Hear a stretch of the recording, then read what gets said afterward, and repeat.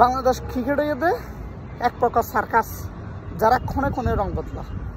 Cricket বিশ্বের মোড়ল হইতে শুরু করে যারা বিশ্বকাপ খেলিব, ইতারা অনেক দিন আগত হইতে বিভিন্ন পরিকল্পনায়, বিভিন্ন আয়োজনের মাধ্যমে, বিভিন্ন পন্থায় দল ঘোষণা করছে। আর বাংলাদেশ ক্রিকেট বোর্ড ঠিক গত হালিয়া মেলা সমগ্রাহী দল ঘোষণা করছে এবং খুব মুঘল আমলের খুব পন্থা লইরি তারা দল ঘোষণা করছে। যে প্রত্যেকবার ঘরোয়া সিরিজ হোক, বিদেশের সিরিজ হোক, ঠিক যেভাবে দল ঘোষণা করে এভাবে বাংলাদেশের মিডিয়া হলো জনসমুদ্রের মাঝে তিনজন নির্বাচক বইরে একে একে নাম উচ্চারণ করছে, যেটা একাধিক চমক রেখে এটার ভিতরে চমক একদম চমক আসলে সাইফুদ্দিন দলন থাকুন, দ্বিতীয় চমক আসলে মিরাজ দলন থাকুন। যে মিরাজ বাংলাদেশের নেতৃত্ব দিবার মতো ক্যাপাবিলিটি আছে, যে মিরাজ ইন্ডিয়ার তুন বেজ্জতিবার মতো মাঝে রক্ষা করিবার মতো এটা তো ধারণ ক্ষমতা আছে। এবং যারা আফগানিস্তানত তুন গুড়াই আইসে গই বিভিন্ন দশটা মতো অবস্থা তুই যে মিরাজ হাতর ক্যামেরা তো তুলিয়ে নিত এমিরাজি দলত নয়। যে সাইফুদ্দিন রিচেন্টলি টাইমে যথেষ্ট পারফরমেন্স ছিল এবং জিম্বাবু সিরিজের মধ্যে যদি একটু আইয়ার সে ফুটবল লড়ে গিয়ে তারপরেও বিশ্বকাপের যাবার যোগ্য দাবিদার আসছিল দিন শেষে নইও। বাংলাদেশ ক্রিকেটের ভক্ত হলে খুব জোরে সোরে হতাশ প্রকাশ করছে এবং গত হালিয়া যত আলোচনা সমালোচনা বিসিবির দুই ফেলাই বাংলাদেশ ক্রিকেট মানে যে বাংলাদেশ ক্রিকেট এই সার্কাসের নাম লাদে ইয়ান লাই।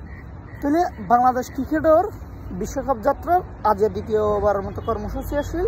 দ্বিতীয়বারের কর্মসূচির মতো আসছিল যে বিশ্বকাপের ফটো সেশন, যিবা আগে স্যান্ডেলে দৌড়ি দৌড়ি এর ফটো সেশন আমার কিছু হয়তো কিছু যার বাংলাদেশ ক্রিকেট আজিও 2টা বাজে ফটো সেশনের টাইম দিল।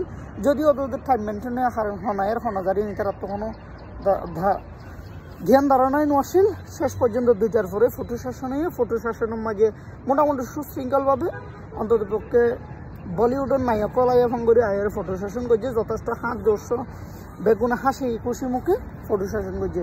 ফটো সেশন বা 15 জন সদস্য বেগুন আসি ফটো সেশন শেষ পাবলিকে শেষ পর্যন্ত সাইফুদ্দিন শুভকামনা জানাই যে সাইফুদ্দিনও টিকিট পাইতে লিখে বেসা।